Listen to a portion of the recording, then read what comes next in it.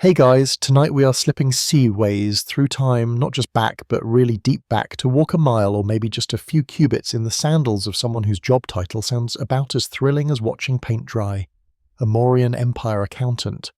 Picture it now, if you can dredge up the energy, the humid air of ancient India, the scent of dust and spices thick on the breeze, the distant murmur of a city that was, in its day, one of the largest in the world. You're stirring awake, not to the gentle chime of your phone alarm, but perhaps a rooster, or maybe just the creeping dread of another day's ledger work. Let's be honest, statistically speaking, you probably won't survive this era long, between the diseases and the general lack of modern medicine. But hey, at least you get to count things for a while. So before you get comfortable, take a moment to like the video and subscribe, but only if you genuinely enjoy what I do here. Tell me in the comments where you're listening from and what time it is for you right now.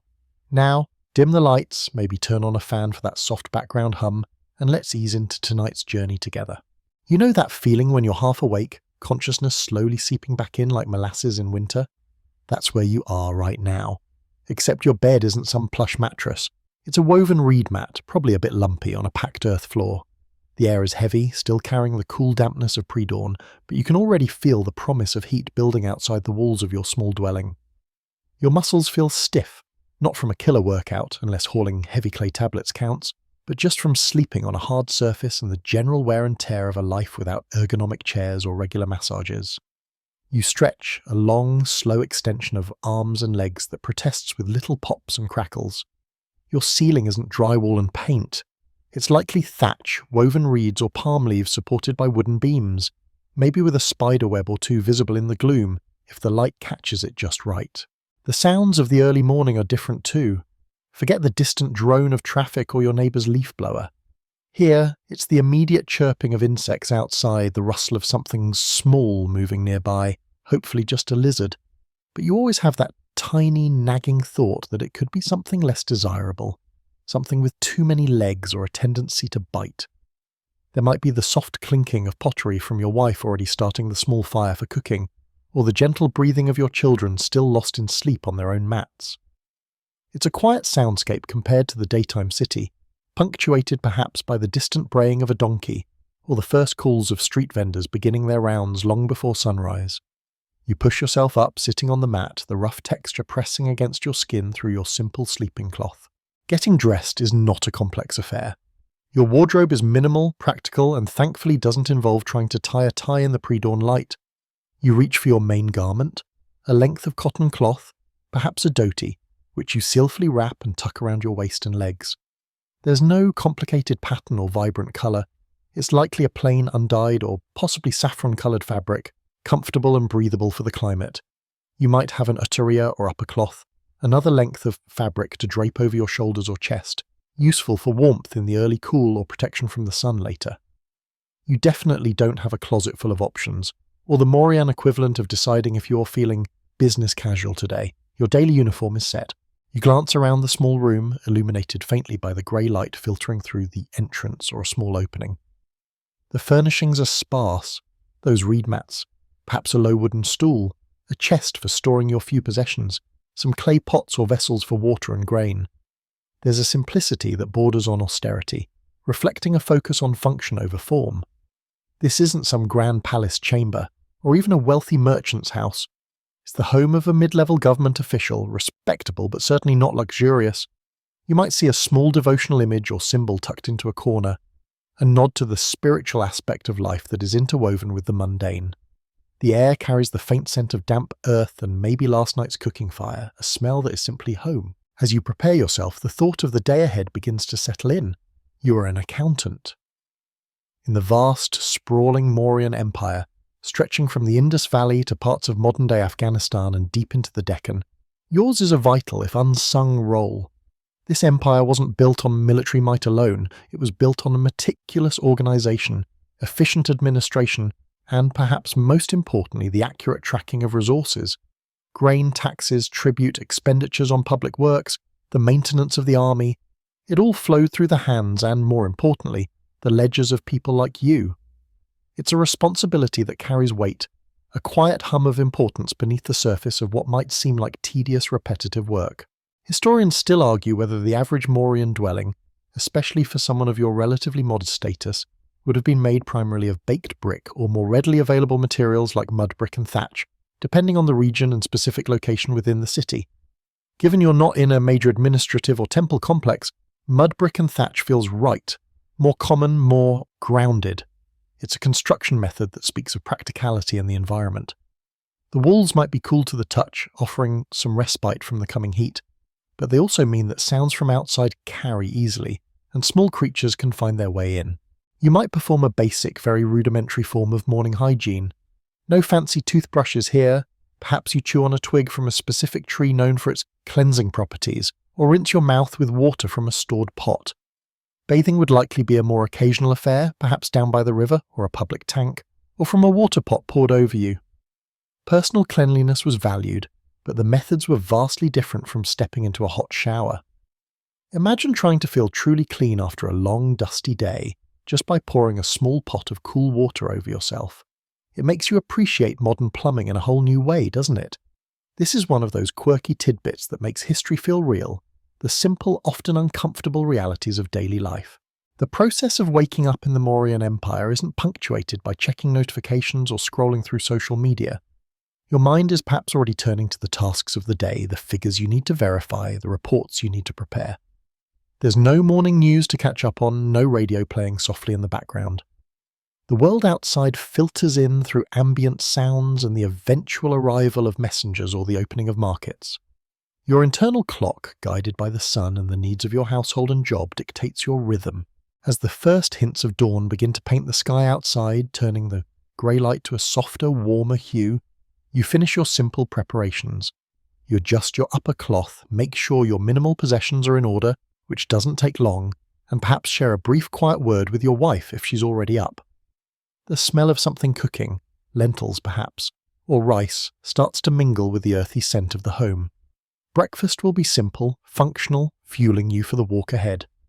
The Mauryan Empire was known for its highly centralized administration, especially under rulers like Chandragupta and Ashoka, who relied heavily on officials and record-keeping to govern their vast territory effectively. And you, my friend, are a cog in that massive bureaucratic machine. A crucial cog, but a cog nonetheless. You are ready, as much as you can be, to face the day. You grab a small, simple meal before heading out, perhaps some leftover rice or millet porridge from the night before, maybe some fruit if it's in season and you can afford it. It's functional, providing just enough energy to get you started without weighing you down. There's no leisurely breakfast with coffee and scrolling. It's fuel for the body, plain and simple. You might exchange a few quiet words with your family, or maybe the house is still mostly asleep as you slip out the door. Stepping outside is stepping into the still waking world of the Mauryan city. The air outside is different, fresher than the enclosed space of your home, but already carrying the myriad scents of urban life. Wood smoke from early cooking fires mingles with the faint, less pleasant smell of waste disposal, or lack thereof in some areas, let's be honest. The sweet perfume of night-blooming flowers from someone's small courtyard, and the earthy smell of damp soil from recent watering, or just the general humidity. The street outside your door is likely unpaved, just packed earth or maybe gravel, winding between similar simple dwellings. It's not a grand avenue, but a functional path. As you begin your walk, the city slowly reveals itself. The light is still soft, casting long shadows, but increasing quickly. You're not alone.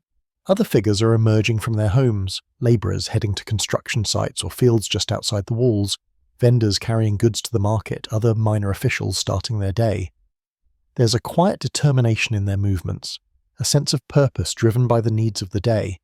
The sounds are different from inside, the distant clatter of a cart, the lowing of cattle being driven, the murmuring voices of people greeting each other or talking softly. It's a symphony of low-key activity, the city taking its first deep breath of the day. You navigate the winding paths, which might narrow or widen unexpectedly. There are no street signs, no helpful maps on your phone telling you the quickest route or warning you about traffic jams, though a herd of goats could certainly cause a blockage. You rely on familiarity, on muscle memory, on the landmarks you know, the big banyan tree at the corner, the potter's workshop where the clay dust is always thickest, the house with the particularly noisy rooster. Finding your way feels more intuitive, more connected to the physical space than just following a line on a screen. Though admittedly, getting lost would be a lot harder without GPS. Imagine explaining that to your supervisor. "Sorry I'm late, boss. I took a wrong turn at the Gobat market and ended up in the tanning district." The Mauryan Empire was known for its sophisticated urban planning, especially in its capital city, Pataliputra, with its massive palisade walls, wide streets, and organised districts. While you might not live in the capital, even provincial centres or major towns would have had some degree of official planning and organisation. As you walk, you might pass by sections of the city dedicated to specific trades, the metalworkers hammering rhythmically, the weavers setting up their looms, the spice merchants arranging their fragrant piles. This separation wasn't just for convenience, it was part of the administrative structure, making it easier for officials, like you, to monitor production, collect taxes, and enforce regulations. It was a highly structured society, even down to the layout of its streets and markets. As you get closer to the administrative heart of your section of the city, the paths might become wider, perhaps even paved with bricks or stones if you're in a particularly important area. The buildings start to look more substantial, larger, maybe made of baked brick instead of mud, brick and thatch, with imposing doorways and perhaps fewer windows at street level for security and privacy. You might pass by a small shrine or temple, its morning rituals perhaps just beginning, the scent of incense drifting on the air. You might also see signs of the state's presence. A few Mauryan officials, perhaps dressed in slightly more formal attire, or carrying symbols of their office, making their rounds. Guards, identifiable by their simple uniforms and weapons, spears or clubs, might be posted near important buildings or intersections, keeping an eye on the early morning activity. The Artha Shastra, a key text from this era attributed to Kautilya, often identified as Chandragupta's advisor Chanakya, details a highly organised state with extensive surveillance and control mechanisms, including networks of spies and informers. So while you might not see them, the idea of being watched, or at least that order is being maintained, is part of the atmosphere. This pervasive sense of the state's authority, even in the small details of daily life, is a mainstream historical fact about the Mauryan administration.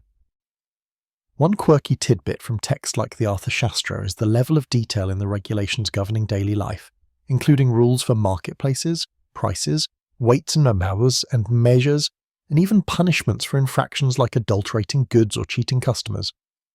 It suggests an almost obsessive level of control and standardization that feels both impressive and slightly stifling by modern standards. Imagine having a government official inspecting your local fruit stand every morning to make sure the mangoes aren't bruised and the scale is accurate. Though, given some of the stuff you see sold online today, maybe a little Mauryan oversight wouldn't be the worst thing. You know, minus the spies.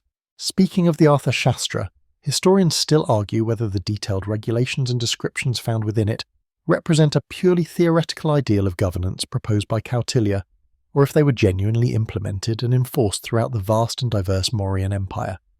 Was this administrative blueprint followed rigidly everywhere? Or was it more of a guideline, adapted to local conditions and realities? Your daily walk to the office might offer small clues, seeing how much order or standardization is actually visible on the ground level. Do the vendors seem strictly regulated, or is there a bit more chaos and informal negotiation happening? As you walk, you might dodge a stray cow wandering placidly through the street. They were as now generally left to their own devices and revered. You might step aside for a more affluent individual being carried in a litter by the bearers, a small reminder of the social hierarchy. The sounds of the city grow steadily louder. The chatter of voices increases. The rhythmic pounding of distant work becomes clearer. The occasional call of an animal or a human vendor announcing their presence.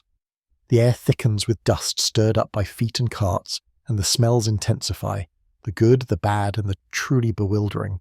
You pass by the public well or water tank where women are already gathering to draw water, their bright cloths a splash of colour against the earthy tones of the buildings. Their conversations, a low murmur of gossip and daily concerns, are another thread in the city's waking tapestry. You might exchange a brief polite nod with someone you recognise, but mostly the morning commute is a solitary journey, a time for quiet observation and mental preparation for the day's grind. It's not exactly bumper-to-bumper traffic, but navigating the varied obstacles and characters of the street requires its own kind of focus. And let's be honest, at least you don't have to worry about finding parking. Silver linings, right? The sun is now higher, beginning to assert its dominance and promising a hot day. You can feel its warmth on your skin. The administrative buildings are coming into view, larger, sturdier structures that feel like the solid backbone of the city. This is where the paperwork happens, where the numbers are crunched, where the empire's wealth and resources are tracked. This is where you spend your days, surrounded by clay tablets, stylus pens, and the quiet, rhythmic sounds of fellow scribes and accountants at work. Your walk is almost over. The world of ledgers and figures awaits. You arrive at the building, a solid structure that stands out from the surrounding residential and market buildings. It's not necessarily palatial, depending on the size of your town or province, but it's clearly official. The walls might be thicker, the wood used for the beams and doors more substantial. There's a sense of permanence and authority about it, even if it's just a local administrative outpost. You might see the state emblem subtly displayed near the entrance, perhaps the lion capital motif that would later become so iconic, or some other symbol associated with the Mauryan power. It's a reminder, subtle yet ever-present, that this place belongs to the Empire, the vast entity stretching from the Ganges plains all the way to the edges of the subcontinent, united mostly under one ruler, the great Chakravartin universal monarch. Stepping inside means leaving the sounds and smells of the street behind, entering a world dedicated to order, record-keeping, and the endless flow of information and resources that keeps the Empire running.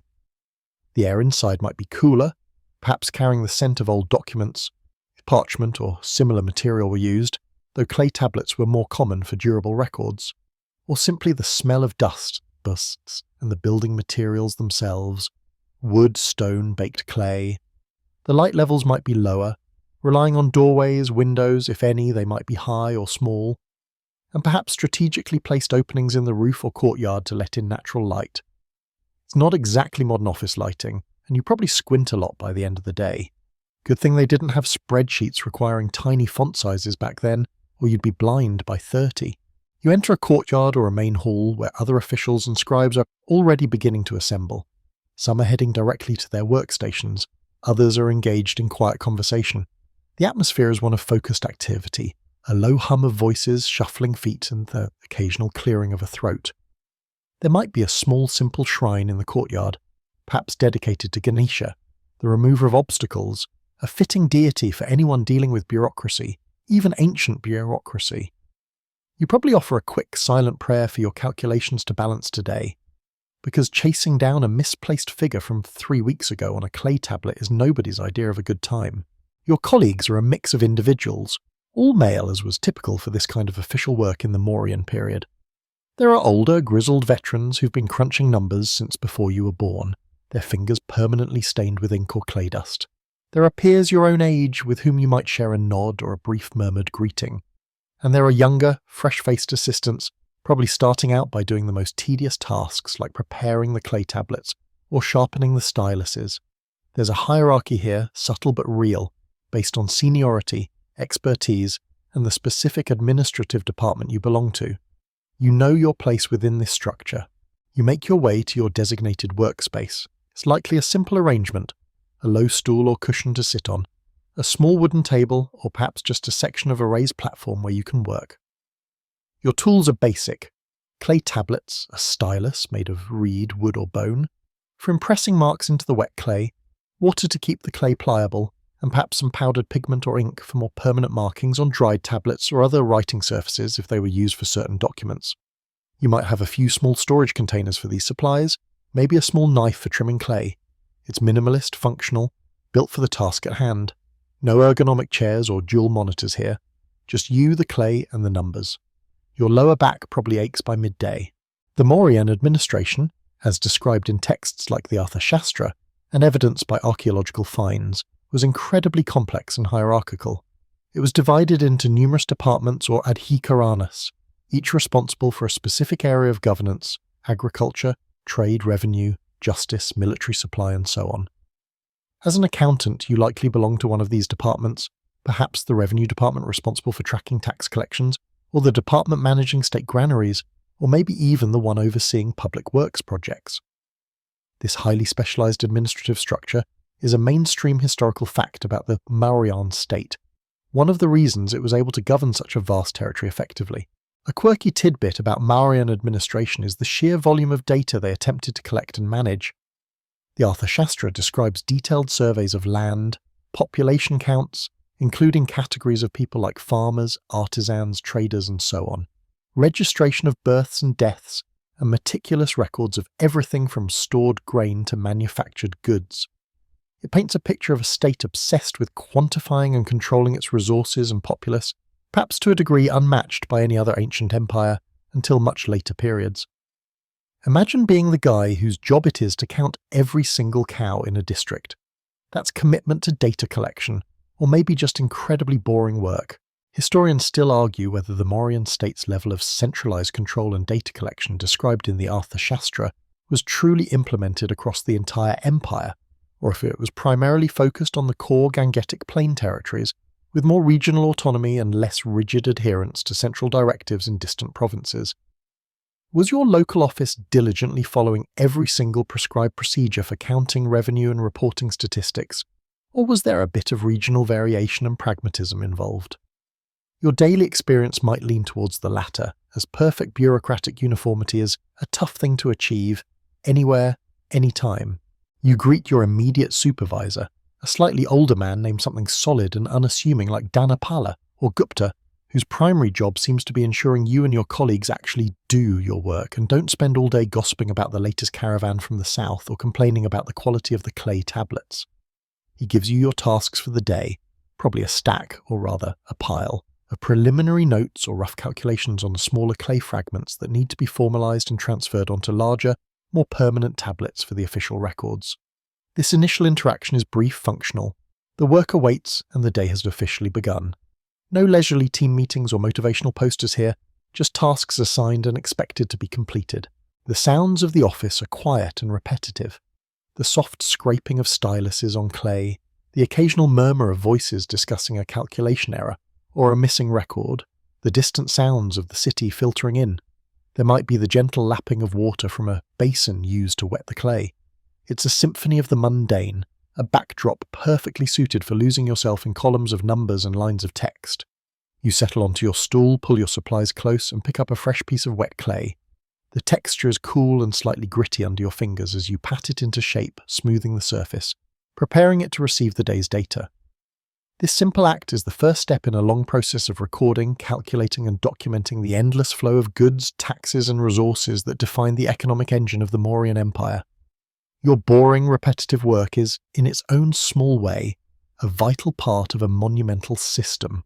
You smooth the surface of the clay tablet, getting the consistency just right. Not too wet, or it will smudge easily.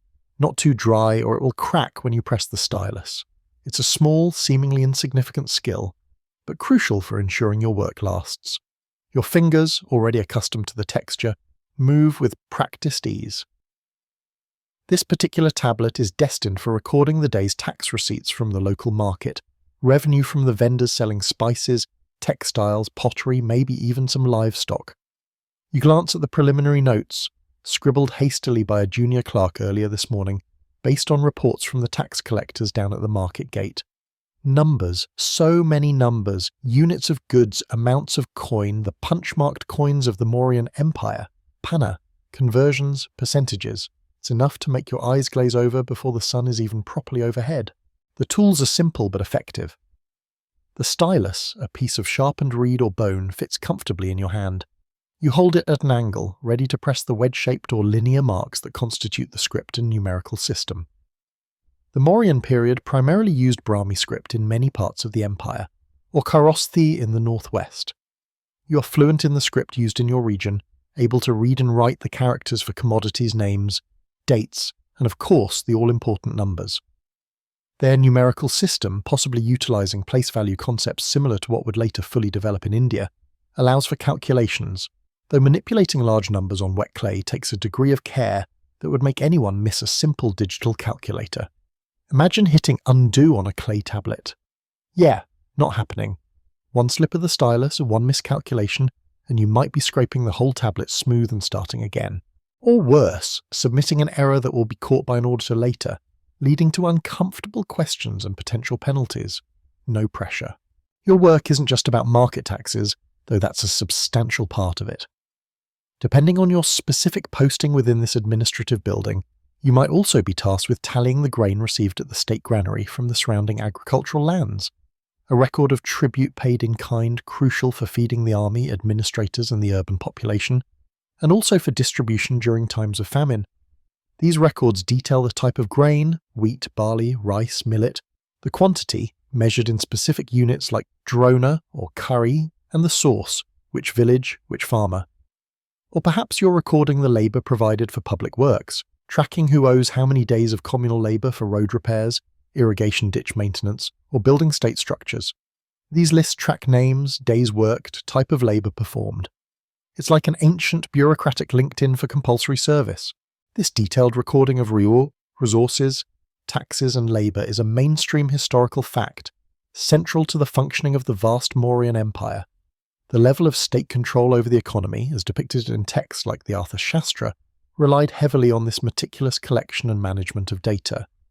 It allowed the central authority to understand the wealth and capacity of its territories, mobilize resources for its ambitious projects, from building pillars with Ashoka's edicts to maintaining a massive standing army, and enforce its authority down to the local level.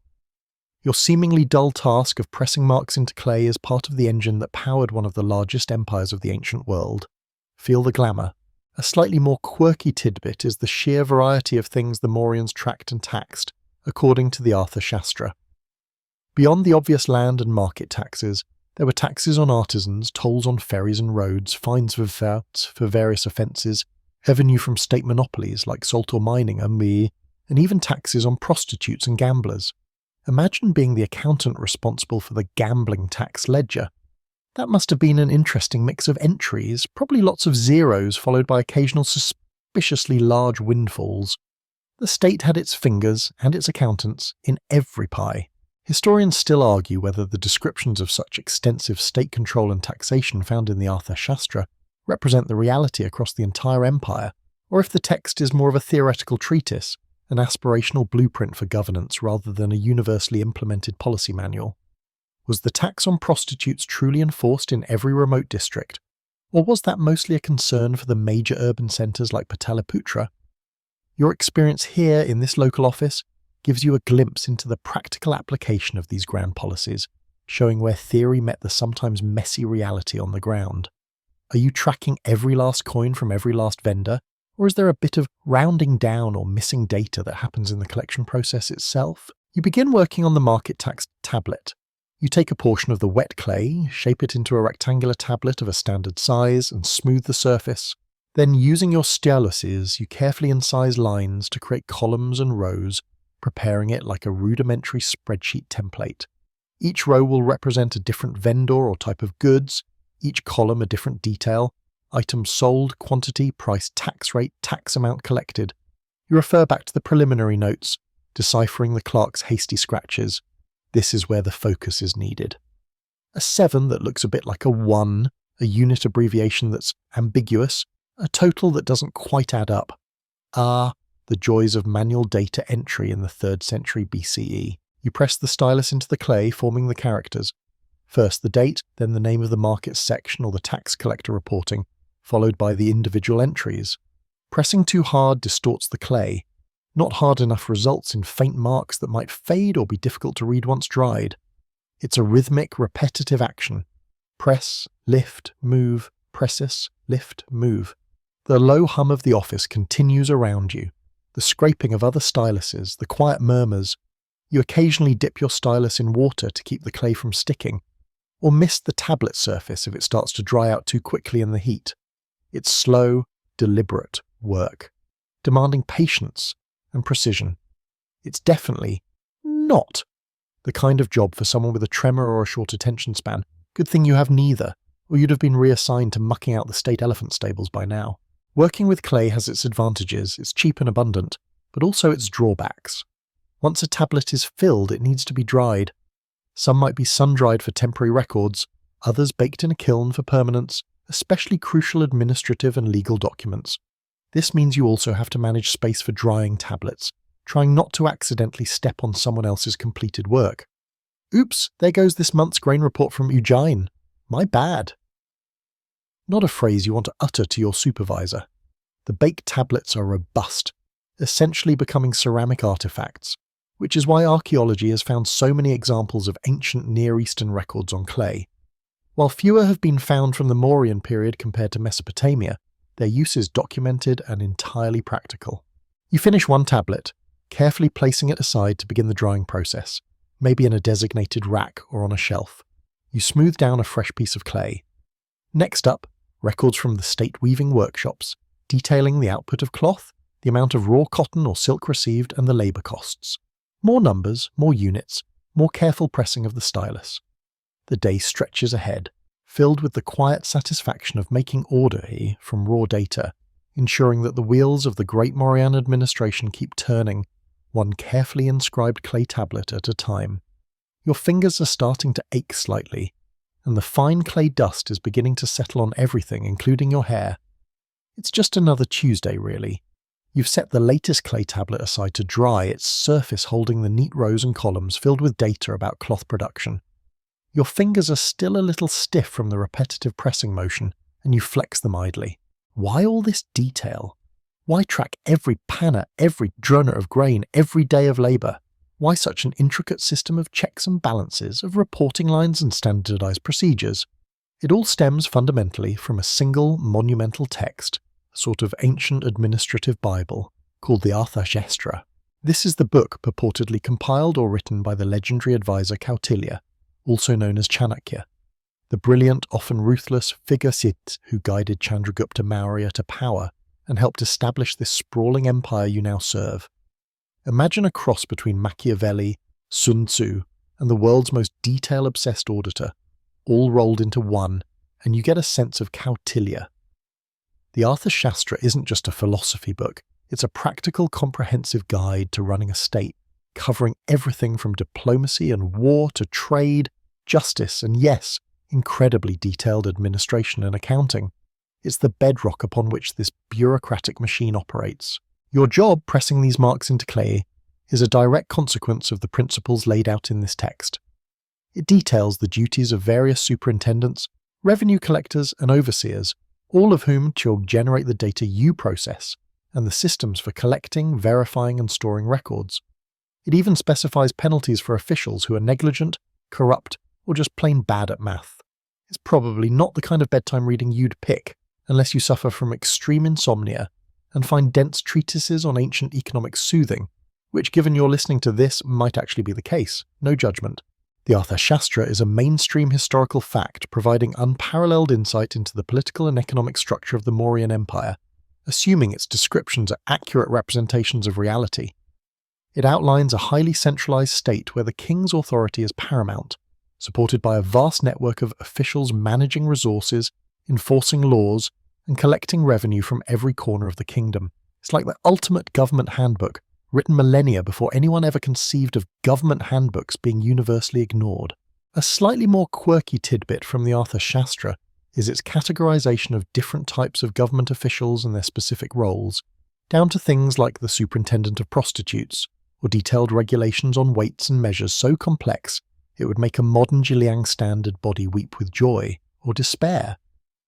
The text describes a level of control and oversight that seems almost staggering for the ancient world, suggesting specialized bureaus for everything from agriculture and mining to weaving and even passports. You might interact with reports from the superintendent of tolls, detailing fees collected at city gates, or perhaps the superintendent of alcoholic beverages, listing excise duties on fermented drinks. It makes you wonder if there was also a superintendent of paper cuts, considering the amount of palm leaf scrolls mentioned elsewhere, though mostly you deal with the sturdy clay. Historians still argue whether the Arthashastra is a single work by Kautilya from the Mauryan period, or if it's a composite text compiled over several centuries, potentially reflecting later administrative practices mixed with earlier ideals. This debate affects how we interpret the text as a historical source. Is it a snapshot of Mauryan administration under Chandragupta or Ashoka, or is it a theoretical ideal or perhaps even describes practices from a later time? For you, the accountant, this scholarly debate is probably less pressing than whether your stylus needs sharpening, or if you've accounted for the state's share of the tax on pan vendors properly. The principles feel real enough when your supervisor is looking over your shoulder. The text, whether from one hand or many, provides the framework for your entire working day. It dictates what information needs to be collected, how it should be measured and recorded, and why. It's important for the state's prosperity and security.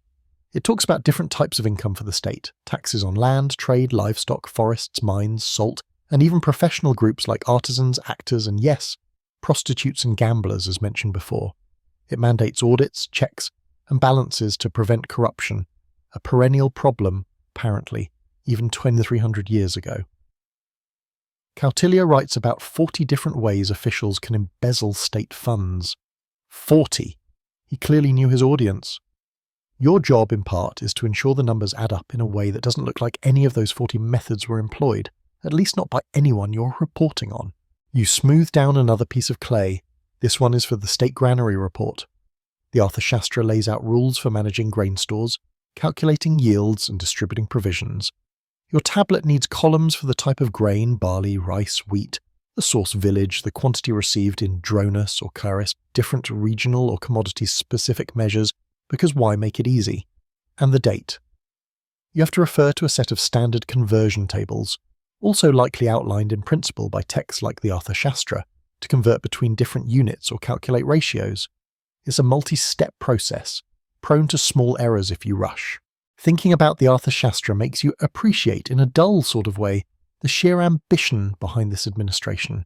It's an attempt to create a rationally managed state where resources are tracked, revenue is maximised, and potential threats, both internal and external, are monitored.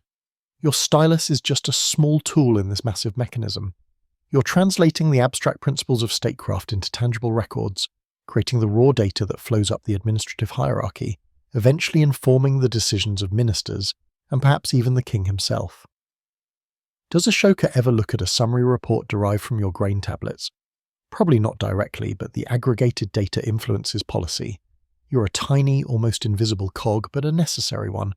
Without the accountants, the whole system grinds to a halt. Someone has to count the beans, after all, or in this case, the barley. You pause, looking at the lines you've incised on the wet clay. The characters for barley, village of Pataliputra North Gate, 15 dronas. It's not glamorous, but it's precise, it's necessary, and according to Kautilya, vital for the well-being beings of the realm. Though you suspect Kautilya wasn't picturing you hunched over a clay tablet with clay dust under your fingernails when he wrote his grand treatise, he was probably thinking about strategic alliances and espionage. Ah, the gap between theory and practice. That latest tablet, sitting now next to the others on the drying rack, represents not just data, but a slice of the relentless, often tedious grind of your daily work. It's the physical manifestation of the principles laid out in texts like the Arthashastra, transformed into clay and characters through the simple, repetitive action of your hand. Your main tools aren't swords or ploughs, but a stylus and prepared clay, and sometimes, for more temporary or portable records, carefully cured palm leaves and a pot of ink. The stylus you use is likely made of reed or bamboo, the tip sharpened to a fine point, sometimes split slightly to create finer lines. It's a simple instrument, but its precision dictates the clarity of your records. You press it into the moist clay, carving out the symbols that represent numbers, goods, names, and dates. The clay itself needs preparation. It has to be the right consistency, wet enough to accept the impression easily without cracking, but not so wet that it smears into an illegible mess. You might spend a bit of time at the start of your day kneading and smoothing the clay, a surprisingly tactile way to begin a session of abstract data entry. Working with clay has its challenges. It's durable once fired, yes, theoretically lasting millennia for future archaeologists to puzzle over your tax records, imagine. But while wet, it's incredibly vulnerable. A slip of the hand, a sneeze, a stray insect landing on the surface. Any of these can ruin an entire tablet of careful work, forcing you to scrape it smooth and start over. It's like trying to write a spreadsheet in mud, only the mud dries into permanent stone. It certainly adds a layer of stress you probably don't experience tapping away on your keyboard, safely ensconced in air conditioning. Though, I suppose misplacing a crucial file feels pretty stressful too. Then there are the numbers and units themselves. Oh, the units. If you thought modern measurement systems were confusing with their inches and centimetres, their pounds and kilograms, their fluid ounces and millilitres, well, buckle up, Buttercup. The Mauryan Empire, vast and diverse, likely had a plethora of local and standardized units coexisting. The Arthashastra does describe official weights and measures, mandating their use and even prescribing penalties for using false ones. This is a mainstream historical fact. The Mauryan administration aimed for a degree of standardization in economic life, crucial for managing a large empire and collecting consistent revenue. You work with these standardized units as much as possible, drona and kere for grain, arheka, and prastha for smaller volumes, pana and kashapana for currency, usually silver or copper coins, tola and dharana for weight. But even the standardized ones aren't always straightforward. Converting between units, especially different types of goods, or across different regions before everything is aggregated, is a constant mental exercise. How many prasthas are in a drona? How many panas in a dharana of silver? You need to keep conversion tables handy, likely inscribed on a separate tablet, or maybe memorized if you're lucky enough to have a mind like a steel trap that also remembers ancient unit ratios. Imagine converting bushels to litres to cubic feet, all day manually without a calculator. Makes your brain hurt just thinking about it, right? It certainly lends itself to mathematical errors. And the calculations themselves. You're not doing calculus, thankfully, but you're performing basic arithmetic, adding up columns of figures, subtracting expenditures from income, calculating percentages for taxes or shares of produce. The land tax, for instance, might be a fixed share of the harvest, say 1/6 or 1/4. Calculating this fraction of a specific quantity of grain measured in dronas and prasthas requires careful multi-step calculation. You might use counting boards or lines drawn in the dust or on a temporary clay scrap to help visualize the sums, carrying over values manually. There's no backspace button here. Every calculation has to be double-checked, maybe even triple-checked, especially when dealing with large sums or critical reports. A misplaced zero or a miscalculated fraction could have significant consequences, attracting unwelcome attention from your supervisors. A quirky tidbit related to all this meticulous work is the mention in the Arthashastra of different types of accounting errors, specifically listing various forms of irregularity in accounts, ranging from errors in calculation to deliberate falsification. It even specifies the characteristics of a good accountant, highlighting qualities like accuracy, speed, and neat writing. It's clear that accounting was recognized as a skilled profession, prone to specific pitfalls. It's almost validating to know that people were messing up their numbers and blaming the system or the tools millennia ago, just like today. The clay smudged was probably the ancient equivalent of the computer crashed. Historians still argue whether the level of mathematical sophistication implied by the Arthashastra and needed for extensive imperial administration, particularly in tax assessment and revenue management, truly reflects the average skill level of scribes and accountants throughout the empire. Were complex calculations widespread, or were they handled by a select few at higher levels? Your own experience suggests a certain level of arithmetic is necessary, but perhaps not advanced algebra. Sometimes you work with palm leaves. These are prepared by drying and curing the leaves, then cutting them into long strips. You use a sharpened reed pen and ink, typically made from soot mixed with water and a binder like gum. Writing on palm leaf is different from clay. It's less prone to smudging once the ink dries, but the leaves are fragile. They can tear, crumble, or get eaten by insects, which I imagine is incredibly frustrating. Where's that tax report from last year? Pretty sure termites got it, sir. Classic termite error. The ink also requires care. Too thin and it's faint. Too thick and it clogs the pen.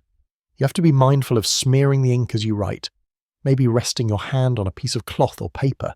If you even have paper, which is unlikely, it's still relatively new technology from the East. The sheer volume of records is also staggering. Every transaction, every delivery, every disbursement of state resources, every census count, every tax collection, it all generates data that needs to be recorded. Your small contribution of clay tablets and palm leaf scrolls fits into this vast archive, which must have filled numerous storehouses. The administrative machine required immense amounts of raw materials, clay, wood for firing, palm leaves, ink, just to function. It wasn't just the counting, it was the endless production of the things you counted on. And through it all, the numbers pile up. More grain, more goods, more silver, more labour days. Your fingers, stained with clay or ink, move across the surfaces, translating the messy reality of the empire into neat, if sometimes wobbly, rows of figures and symbols. It's monotonous, requires intense concentration, and errors lurk in every stroke of the stylus, every dip of the pen, every manual calculation. It's the engine room of the state, hot, dusty, and absolutely essential. The volume of records isn't just a physical challenge, it creates a cascade of accountability. You're not just writing these down for fun, you know. Each tablet, each palm leaf scroll contributes to larger reports, which get summarized by supervisors, which get aggregated further up the administrative chain all the way to the top. This creates a constant pressure, a feeling that eyes, perhaps not your own, will eventually scrutinize your work. It's like your ancient equivalent of a blockchain ledger, only instead of distributed consensus, it's built on layers of human oversight and the ever-present threat of someone finding a mistake. Your direct supervisor, the adhyaksha responsible for your specific department, maybe grain stores or tax collection, or managing state workshops, isn't doing your job for you, but they are certainly checking your work. They'll look over your daily or weekly summaries, comparing them against physical inventories or reports from other sources. Did the amount of grain recorded as leaving the granary match the amount the caravan leader reported receiving? Did the tax collected from that village match the expected yield based on the census data you helped compile last month? Discrepancies, however small, need explanations. And it's not just about catching errors, it's about preventing or at least detecting fraud. The Mauryan administration, like any large bureaucracy, was acutely aware of the potential for corruption. The Arthashastra details numerous ways officials could embezzle or misuse state resources, from swapping goods to manipulating weights to simply pocketing funds. Think of it as a manual for creative accounting, ancient edition, complete with suggested countermeasures. Your own records are part of the system designed to make this difficult. Everything has to balance. Every entry must have a source. Every outgoing item an authorization. It's a web of cross-verification. And if your little corner doesn't align with the adjacent corners, bells start ringing. The pressure to maintain accuracy and honesty is amplified by the auditing process. Periodically, your records will face a more formal review. Officials from higher up, perhaps from the central administration in Pataliputra, might arrive unexpectedly to audit the accounts of your local office. They'll pore over your tablets, compare them to physical stock, interrogate you and your colleagues. This audit is a major event causing ripples of anxiety through the office. It's like the ancient version of a tax audit combined with a performance review and maybe a surprise quiz on obscure regulations. You spend days, maybe weeks leading up to it, double-checking everything, tidying your workspace and trying not to look nervous. A mainstream historical fact is that the Mauryan state had a sophisticated system of spies and informers called Guda Purushas embedded throughout the administration and society, tasked with reporting on the conduct of officials, including accountants. These weren't cloak-and-dagger spies in the modern sense necessarily, but more like undercover inspectors or informants. They might pose as merchants, labourers, or even other officials quietly observing and listening.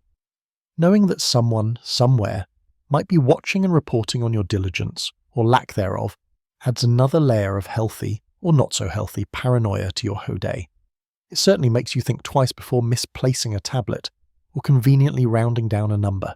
The consequences for errors or worse, suspected malfeasance could be severe. The Arthashastra describes a range of punishments for corrupt officials, from fines and demotions to mutilation or even execution, depending on the severity of the crime and the amount involved. While these might be codified ideal penalties in the text, the possibility of harsh punishment was real. An honest mistake might just earn you a beating or a significant fine that eats into your meagre savings, but deliberate fraud could cost you far, far more. So when the auditors arrive, your palms sweat, and you hope you haven't made any careless errors, or worse, been inadvertently implicated in someone else's scheme. A quirky tidbit is the specific mention in the Arthashastra of 40 different ways public funds could be embezzled, demonstrating a detailed understanding of administrative corruption that feels surprisingly modern. It covers everything from failure to collect revenue to taking bribes to colluding with enemies of the state. It's a bureaucratic nightmare playbook written 2 millennia ago, and your job is to make sure you don't accidentally star in one of the chapters. It's almost reassuring in a dark way to know that the struggle against white-collar crime isn't a new phenomenon. Historians still argue whether the elaborate regulations and harsh punishments described in the Arthashastra were consistently and universally applied across the vast Mauryan Empire, or if they represent an ideal theoretical framework that was often softened or selectively enforced in practice. Was your average regional accountant constantly terrified of execution? Or did local customs and pragmatic realities lead to less draconian outcomes for minor infractions? Your own experience might depend heavily on your specific posting, your supervisor, and perhaps even which particular emperor is on the throne. Some were known to be more strict than others. The auditing process itself would involve painstakingly comparing your records with the actual goods or funds held and with reports from other administrative branches. They might weigh the grain stores, count the coins, verify the inventory of tools or materials. Any discrepancies would need to be accounted for. Was there spoilage? Was something lost in transit? Was it a simple mathematical error? Or is something more sinister afoot? You'd have to explain every anomaly, provide justification for every decision recorded on your tablets. It's like defending your spreadsheet formulas to a panel of experts who suspect you're cooking the books. And the auditors aren't exactly known for their empathy. They are there to find problems, they have quotas perhaps. They are performing their duty to the state, and that duty involves uncovering inefficiency, waste, and corruption. Their questioning can be relentless, their demeanour intimidating. You might find yourself standing there, dusty from the archives, trying to explain why the number of copper pots recorded as being delivered to the blacksmith's workshop doesn't quite match the number the blacksmith says he received, while an official with a stern face taps impatiently on your tablet with his finger. It's a stressful part of the job, this oversight. It looms over your routine, a potential disruption at any moment. It reinforces the need for meticulous accuracy in your daily work. Because while your job might seem boring, just numbers on clay, those numbers represent wealth, resources, and the power of the state. And the state cares very much about where its wealth and power go. This intense focus on accountability. These layers of audits and oversight we just talked about, they exist for a reason.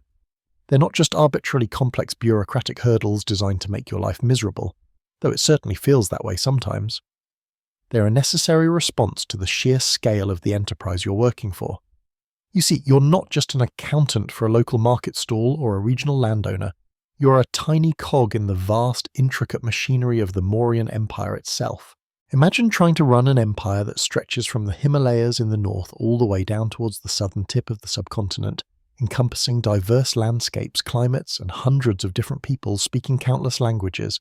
That's roughly equivalent to trying to manage a single entity that includes everything from Arctic tundra to tropical rainforest, with populations ranging from settled farmers to nomadic tribes, all speaking something different. Good luck setting up a single tax code or standard currency. The Mauryan state, under rulers like Chandragupta and Ashoka, somehow managed to not only conquer, but administer this colossal territory. It was one of the largest empires the world had ever seen up to that point, certainly the largest in ancient India. This vastness means your gyp, however localized it feels, is part of a system designed to extract and redistribute resources across enormous distances. Grain collected as tax in a fertile river valley might need to be transported hundreds of miles to feed soldiers on a distant frontier, or workers on a state-sponsored irrigation project. Timber felled in northern forests might be needed for construction in the capital city. Iron ore mined in one region becomes tools or weapons produced in state workshops somewhere else entirely. Your records track these movements, these transactions, ensuring that the emperor's resources are accounted for and used efficiently, or at least that someone knows where they should be. Think about the different branches of the economy you might interact with through your accounting.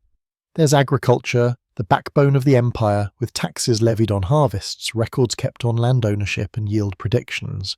Then there's trade, both internal and external, involving complex valuations of goods from silk and spices to gems and metals.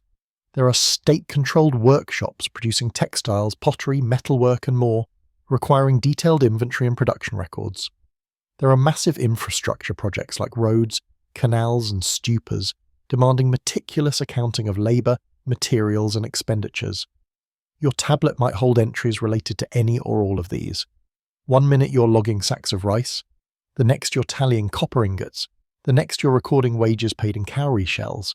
It's a far cry from just balancing a single checking account, wouldn't you say?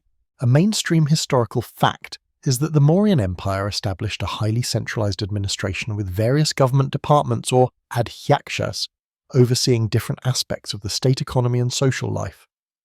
There were superintendents for agriculture, commerce, weights and measures, shipping, mines, weaving, excise tax, and many others, each with their own elaborate rules and record-keeping requirements outlined in texts like the Artha Shastra.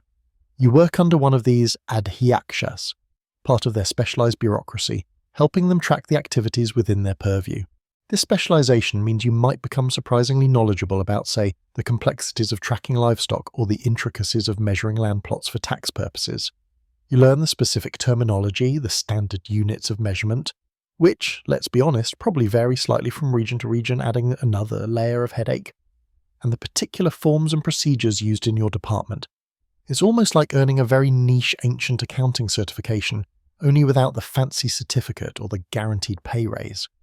Just more tablets. Lots and lots of tablets.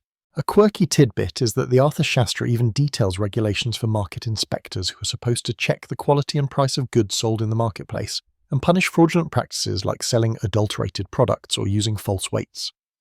Your accounting might involve verifying reports from these market inspectors or tracking the fines they imposed. Imagine trying to audit a spice merchant's inventory when half of it is probably fake saffron mixed with something else. Ah yes, 50 units of saffron look suspiciously like dried grass clippings, but the paperwork says saffron, so saffron it is. Historians still argue whether the level of centralization and bureaucratic control described in the Arthur Shastra was fully implemented across the entire empire, or if considerable local autonomy and variation persisted, especially in distant provinces. Was the capital's reach absolute, dictating every detail of provincial administration? Or was it more of a framework that regional governors adapted to local conditions? Your own daily experience as a provincial accountant might offer clues, showing where strict imperial directives are followed versus where local practices seem to deviate.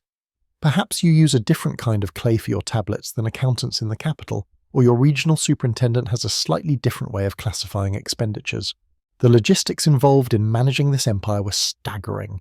Building roads, maintaining garrisons, feeding the vast army, collecting taxes in coin, kind and labour, it all required an unprecedented level of organisation. Your accounting plays a small but vital role in this immense logistical puzzle. When a caravan of grain leaves your district heading north, you record the quantity, the destination, the estimated time of arrival. When reports come back eventually that it arrived, hopefully the numbers match. This tracking prevents loss, theft, and ensures resources get where they need to go, allowing the state to function, to build, to defend itself, and to project its power. It's a constant flow of information, a river of numbers and descriptions moving up and down the administrative hierarchy. From the village headman reporting the harvest yield to the provincial governor summarizing tax collections, and finally to the central ministries in Pataliputra aggregating the data for the emperor, your records are part of this flow. You are translating the physical reality of the empire's wealth and activity into written form, making it visible and manageable for those at the top. And amidst all this grandeur and complexity, your daily routine remains relatively simple. Wake up, go to the office, deal with dusty tablets, argue with clerks, hope you don't make a mistake that gets you flogged, go home. The fate of a vast empire might, in some small way, rest on the accuracy of the numbers you scratch into clay, but mostly it rests on whether or not you had enough caffeine this morning. Being a cog in this massive machine isn't just about the endless paperwork, the dizzying regulations, or the sheer scale of the empire you're tracking. It's also, and perhaps more immediately, about the friction and the squeaks you get from rubbing against the other cogs in the machine. Your colleagues. The office. This dusty, bustling space filled with the rhythmic scratch of styly on clay is your daily battleground, your social sphere, and your personal purgatory all rolled into one. You spend more waking hours here than perhaps anywhere else, surrounded by a constant hum of activity. There are the other, accountants, scribes, clerks, each hunched over their own stacks of tablets or scrolls, their faces often grim with concentration or lined with the sheer exhaustion of dealing with numbers that never seem to add up quite right. There's the quiet competition for the least dusty corner, the slightly less cracked stool, or the briefest moment of peace before the next pile of requisitions lands on your desk. You know their habits, their little eccentricities, the one who always chews on the end of his stylus, the one who sighs theatrically after every entry, the one who seems to have a perpetual cough that sounds suspiciously like he's trying to clear dust from his lungs, a losing battle in this place. You might have junior scribes or assistants working under you, tasked with the more repetitive or less critical tasks. Delegating is an art form. You need to offload enough work to survive, but not so much that they mess something up and you end up taking the blame. There's a delicate balance of authority and weary camaraderie. You might share a grim joke about the impossible deadlines or the illogical demands from higher up, but they also need to know you're the one in charge, the one whose approval they need before finishing a batch of inventory logs. Woe betide you if you delegate a crucial task to someone who is clearly still half asleep. That error isn't just their error, it's your error amplified. And then there are the officials higher up the chain, the yuktas perhaps, who oversee sections of the department and eventually the adhyaksha, himself the superintendent in charge of this entire administrative branch. Interacting with them is a different experience entirely. Your colleagues are fellow sufferers. Your superiors are, well, they are the source of the suffering. They inhabit a different world of slightly less dusty robes and slightly more comfortable seating. They don't spend their days meticulously counting grains. They spend their days reading your meticulously counted grain summary and then asking why the numbers aren't higher. Approaching a yukta or being summoned by the adhyaksha is often a tense affair. You double-check your tablets, smooth down your tunic, and try to adopt an expression of keen competence, hoping they don't notice the perpetual dark circles under your eyes or the faint scent of old clay that seems to cling to everything you own. You present your reports, answer their sharp, sometimes impatient questions, and try your best to sound confident, even if you're internally screaming because you know there's that one calculation that's slightly off, the one discrepancy you couldn't quite reconcile. A common fear is the dreaded "show me your workings" request, which can lead to a humiliating public dissection of your methods. It's like being asked to explain your tax return to a panel of highly skeptical ancient auditors. A mainstream historical fact is that the Mauryan administrative structure, as described in the Arthashastra, included a clear hierarchy of officials ranging from the adhyakshas at the top of the ministries down through various levels of supervisors and clerks. Officials were typically appointed and held accountable for the functioning of their departments and the collection of revenue or management of state assets under their control. Your immediate superiors, the yuktas, would be junior officers assisting the adhyaksha, responsible for overseeing groups of clerks like yourself and compiling their reports for the superintendent's review. Sometimes the interaction isn't about reports or audits, it's about navigating office politics. Rivalry between clerks, jockeying for favour with a yukta, or trying to avoid being assigned the most undesirable tasks. It's all part of the daily grind. Gossip flows through the office like a sluggish river, carrying whispers of promotions, demotions, punishments, and the latest infuriating directive from the capital. Did you hear? They say the superintendent of mines flogged a yukta for a shortfall in copper production. These stories, whether true or exaggerated, serve as cautionary tales and reminders of the stakes involved in your work. A quirky tidbit from historical texts suggests that certain types of officials, including accountants and scribes, were sometimes given a special diet or allowance of oil and butter to improve their health and cognitive function, presumably to keep them sharp and minimize errors. Imagine that, your employer giving you a butter ration to help you concentrate. Beats the lukewarm, questionable tea from the break room, doesn't it? Though knowing your luck, your ration would probably be slightly rancid butter. Historians still argue whether the detailed regulations regarding the conduct, salaries, and punishments of officials and clerks as laid out in the Arthashastra were consistently applied throughout the vast Mauryan Empire or varied significantly based on local customs and the whims of regional governors. Were the rules you follow strictly mandated from Pataliputra, or does your adhyaksha have considerable leeway in how he manages his department and treats his staff? It's a debate that probably doesn't much concern you as you nervously approach his desk, hoping your sum for the grain tax is correct this time. The pressure to be accurate is immense, not just because of the formal audits, but because your immediate superiors are constantly scrutinizing your work. An error reflects poorly on them, and they have little patience for perceived incompetence. A misplaced zero, a miscalculated percentage, a forgotten transaction, any of these could earn you a harsh reprimand, extra work, or even physical punishment. You've seen it happen. A colleague whose ledger was hopelessly muddled was forced to sit in the sun all day with the offending tablet on his head. Not exactly HR approved, but highly motivating in a terrifying sort of way. So you navigate this human landscape balancing the need for accuracy with the need to survive the bureaucracy. You learn who to trust, very few people, who to avoid, the ones who complain the loudest but do the least work, and how to anticipate the moods of your superiors. It's a subtle dance, performed amidst the rustling of palm leaves and the dull thud of clay tablets day after day. And sometimes, just sometimes, you share a look with a fellow clerk after a particularly absurd instruction from above. A look that says, "Are we seriously doing this?" That shared moment is small, but it makes the dust and the drudgery a little bit more bearable.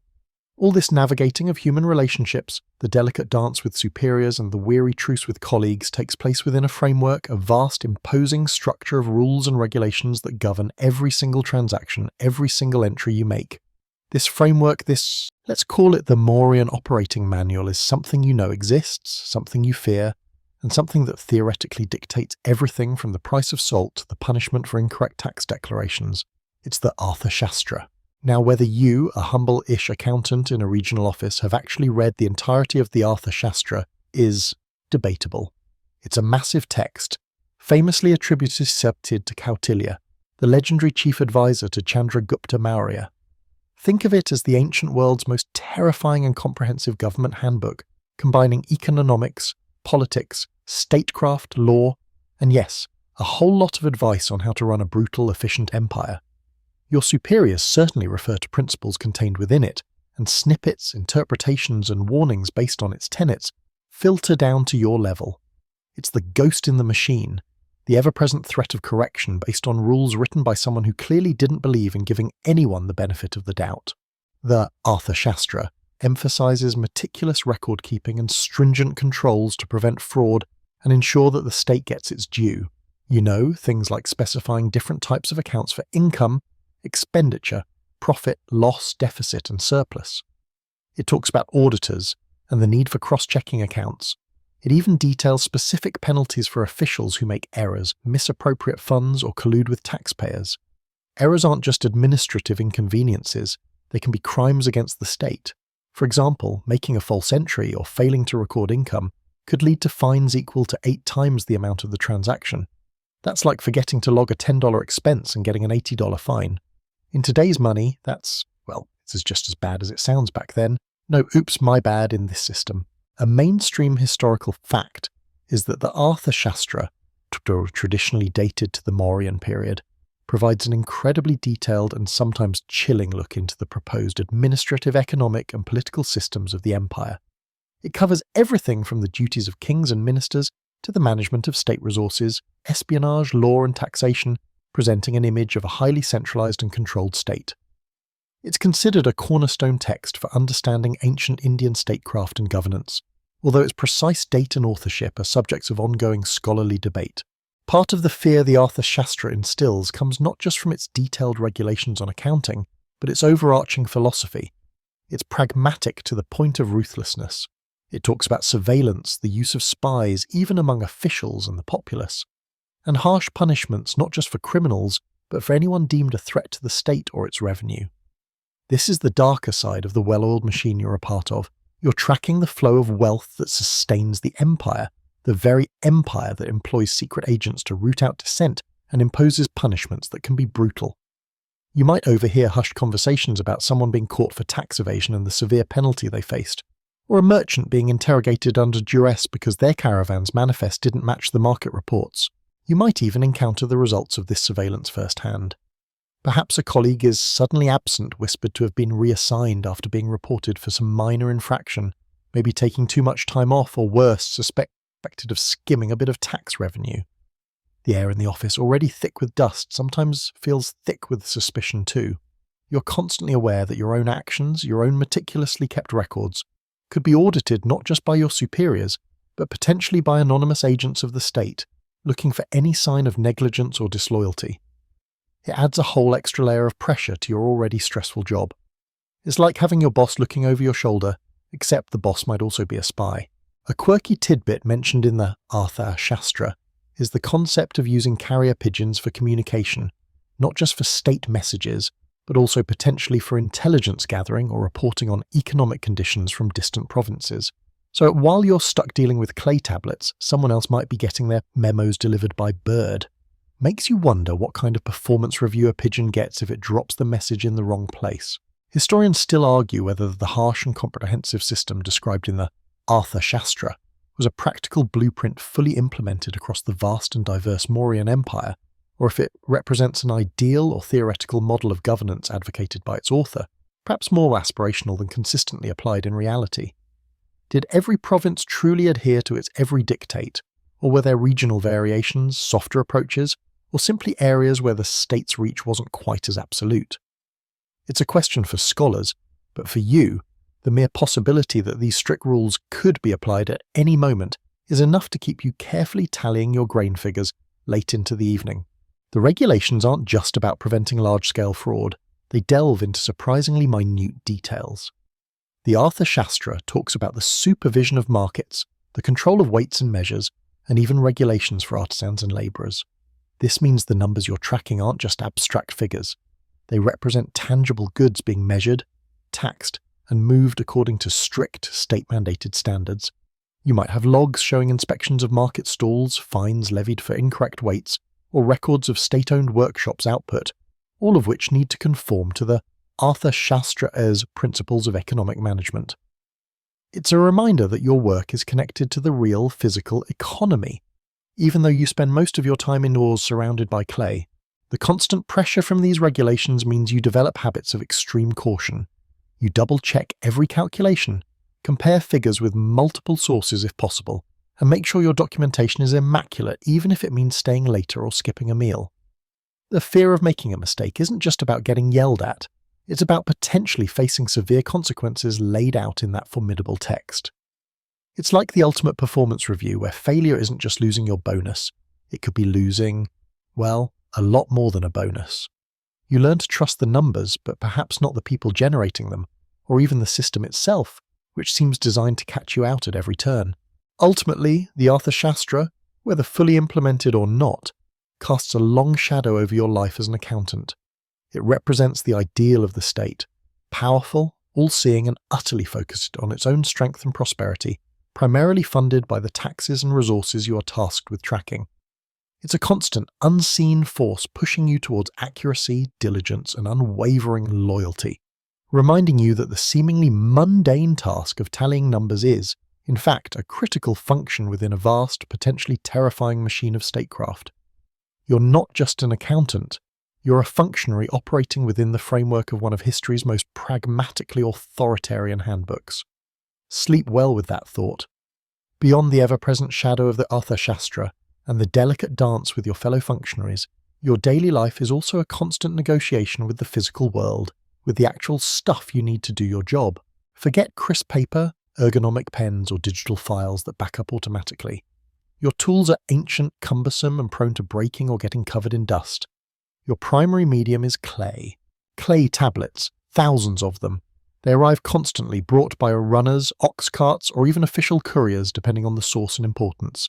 Receipts for grain taxes from a village headman, records of iron production from a state mine, tallies of tolls collected at a provincial border post, expenditure logs from a construction project, and all etched into damp clay, dried and sent to your office. You handle them all. They're heavy, they're fragile if not properly dried or handled roughly, and there they stack up in precarious piles around your workspace. It's like working in a very dusty, very breakable brickyard. Imagine filing your taxes on a paving stone and you're getting close. Working with these tablets requires patience. You need to read the cuneiform or Brahmi script carefully etched onto them, often deciphering hurried or less than perfect penmanship, or should that be stylus-manship. Then you have to transcribe, summarize, or consolidate this information onto larger, more permanent tablets, or perhaps onto other media for your own records or reports. This involves preparing fresh clay, mixing it to the right consistency, shaping it into tablets of standard sizes, theoretically standard anyway, and smoothing the surface ready for inscription. It's artisanal accounting, really. You're part accountant, part potter's apprentice. The styluses are typically made of reed or wood, sometimes tipped with metal. They aren't exactly precision instruments. You have to press firmly enough to make a clear mark in the wet clay, but not so hard that you punch right through or deform the tablet.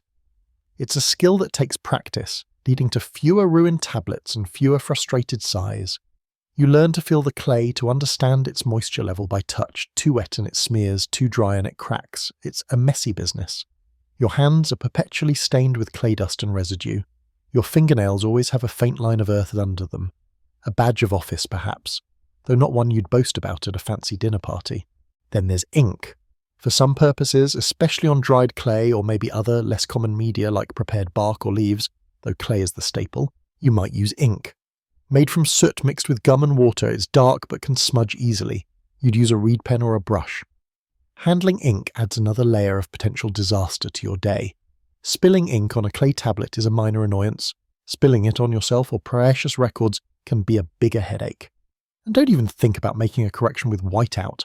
Corrections involve scraping away the error on the clay and re-etching, or carefully applying a blob of fresh clay and smoothing it out, a patch job visible to anyone who looks closely. No command bullet here, buddy. Storing these records is another logistical challenge. Dried clay tablets are heavy. Filing cabinets don't exist. Instead, they are stored on wooden shelves, in baskets, or in designated rooms, often sorted by category, date, or origin. The sheer volume of tablets representing months or years of revenue and expenditure from an entire district or province is staggering. These storage rooms are dusty, often dimly lit, and susceptible to pests, moisture, or accidental breakage. A sudden downpour leaking through the roof could literally dissolve your records for the last fiscal quarter. Your office is part archive, part potential mudslide waiting to happen. A mainstream historical fact is that clay tablets were one of the earliest and most durable forms of writing medium used across various ancient civilizations, including in regions that later formed part of the Mauryan Empire, for administrative, economic, and legal records due to the abundance and low cost of clay. While other materials like palm leaves or birch bark were also used, especially for literary or religious texts, clay remained crucial for many state records because of its permanence once dried or fired. The logistics of getting these records to you are also a marvel, or perhaps a headache, of ancient infrastructure. Roads, rivers, and footpaths connect the vast empire. Messengers, often state-employed runners or riders, carry vital information, including these clay tablets. Their speed and reliability directly impact your ability to receive and to process information accurately and on time. A delay due to bad weather, bandits, or a lamox could hold up crucial reports, throwing your own deadlines into disarray. You're only as efficient as the slowest messenger carrying the heaviest stack of mud. This reliance on physical transport means that information flow isn't instantaneous or always complete. Tablets might arrive damaged, or a messenger might get waylaid, meaning you have incomplete datasets to work with. This necessitates follow-ups, sending out requests for clarification or missing records, creating a bureaucratic back and forth that can drag on for weeks or months. It's the ancient equivalent of waiting for IT to fix your internet connection so you can finally access that crucial file, except the file is literally travelling by foot for hundreds of miles. A quirky tidbit is that some clay tablets from ancient Mesopotamia, predating the Mauryas but showing a long tradition of clay use, have been found deliberately enclosed in clay envelopes, sometimes sealed with cylinder seals, possibly to prevent tampering with the contents during transport or storage. While evidence for widespread use of clay envelopes in the Mauryan bureaucracy is less clear, the concept of protecting information during transit was certainly relevant given the distances involved. Imagine sealing a package of particularly sensitive tax data inside a hard-baked clay box. Seems a bit overkill until you picture the journey it has to take. Historians still argue whether the sheer volume and centralization of record-keeping described in texts like the Arthur Shaestra were truly achievable across the entire Mauryan Empire given the technological and logistical limitations of the time, or if such detailed control was concentrated primarily in major administrative centres in the heartland. Was the state's eye really everywhere? Or did practical difficulties mean certain areas had more administrative leeway or less stringent oversight than the theoretical ideal? Maintaining your workspace amidst this constant influx of dusty, fragile, heavy objects is a battle. Shelves groan under the weight, piles threaten to topple. You develop a system, a personal method of sorting and stacking that makes sense to you, even if it looks like controlled chaos to an outsider. Losing a tablet isn't just misplacing a piece of paper, it's losing a physical, heavy object containing vital state data, a mistake with potentially serious consequences under the watchful eye of the Arthur Shastra's principles. You become fiercely territorial about your piles, knowing that a misplaced tablet could send you on a frantic hours-long search through mounds of baked earth. It's like losing your car keys, except your car keys are made of clay and there are 1,000 identical ones. Cleaning is a constant losing battle against the pervasive dust of wood. Every surface is coated. The air itself feels gritty. You probably breathe in more ancient dirt in a day than most people do in a year. It adds to the sleepy atmosphere, maybe, making your eyes feel heavy as you peer at the faint etchings on yet another tablet. It's not just dust, it's history, literally settling on everything you touch. So while you're juggling numbers and navigating office politics, you're also managing a physical inventory of information, a library built of earth, susceptible to the elements, reliant on slow physical transport, and requiring constant, careful handling. It's a grounded, tangible reality that underpins the abstract world of figures and accounts you inhabit. Your job isn't just about calculation, it's about literally moulding and moving the records that sustain the empire. The piles of clay tablets, remember them? Heavy, dusty, fragile. They are the raw material. Your next task, after deciphering and sorting them, is consolidation. You're not just a repository, you're a filter, a processor. You have to take all this granular data, the 100 small transactions, the 50 receipts, the 25 reports on grain yields from various sub-districts, and turn it into something digestible for the layers of administration above you. This is where the real accounting begins, moving from data entry on clay to analysis and reporting. Imagine having to manually sum up figures from thousands of individual slips. No spreadsheets with sum formulas, no pivot tables. It's all done in your head, on counting boards with pebbles or markers, or perhaps scratched out on a temporary clay tablet or a piece of bark as a working draft.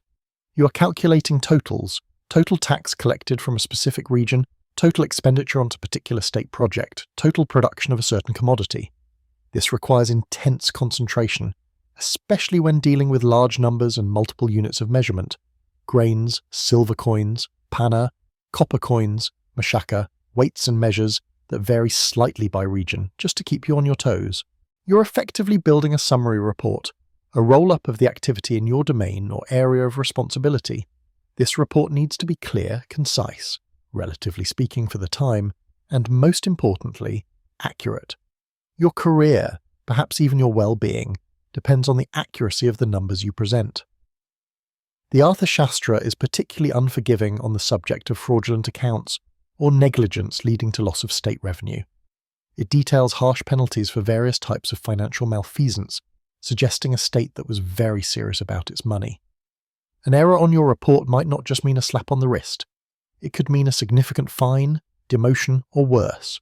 No pressure, right? Just trying to balance the books in an ancient empire with literally lethal consequences for mistakes. Drafting the report itself is another physical act. You'll likely use larger clay tablets for the final version, perhaps smoothing them extra carefully.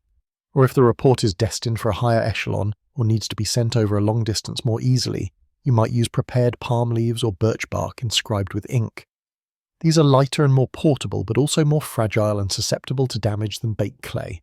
There's always a trade-off. The language used in official reports is formal and specific. You adhere to established formats and terminology.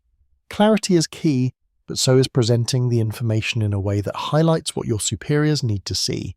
Usually, whether revenue targets are being met, expenditures are justified, and resources are being managed effectively. You learn the specific preferences of your immediate supervisor. Do they want excruciating detail or just the bottom line? Adapting your report style is part of the political game, remember? Your supervisor, the official you report directly to, is your primary audience. They are likely another accountant but at a higher level, or perhaps a general administrator overseeing a specific region or department. They are under pressure from their superiors and so on, up the chain of command that ultimately leads, theoretically at least, to the emperor and his highest ministers in Patliputra. The Mauryan administration was known for its hierarchical structure and detailed bureaucracy, with various officials responsible for different aspects of the state: revenue, expenditure, justice, public works, etc. This structure meant that information flowed upwards in a systematic, if sometimes slow and cumbersome, manner. A mainstream historical fact is the detailed hierarchical administrative structure described in texts like the Arthashastra, outlining specific roles and responsibilities for officials at different levels, from village headmen up to central ministers, including a complex system for managing state finances and resources. This suggests a deliberate attempt to create a centrally controlled, well-informed state, even if the reality on the ground was more complex. You spend hours writing and rewriting, checking your calculations, comparing figures from different sources to identify discrepancies. Did the village headman report the same grain yield as the state surveyor who visited? If not, why not? Investigating these inconsistencies is part of your job. It's detective work but with numbers and clay.